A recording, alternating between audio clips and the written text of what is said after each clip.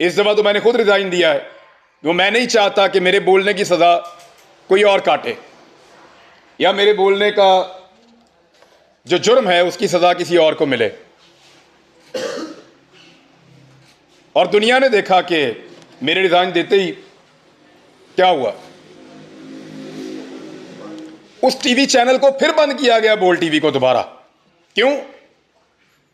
वो कंट्रोल नहीं हो रहे। एक दो टीवी चैनल्स को छोड़ के आपके बाकी सारे टीवी चैनल्स कंट्रोल हो चुके हैं। कैसे कंट्रोल हुए? ये इस तरह के माइक्स होते थे, ये ऐसे।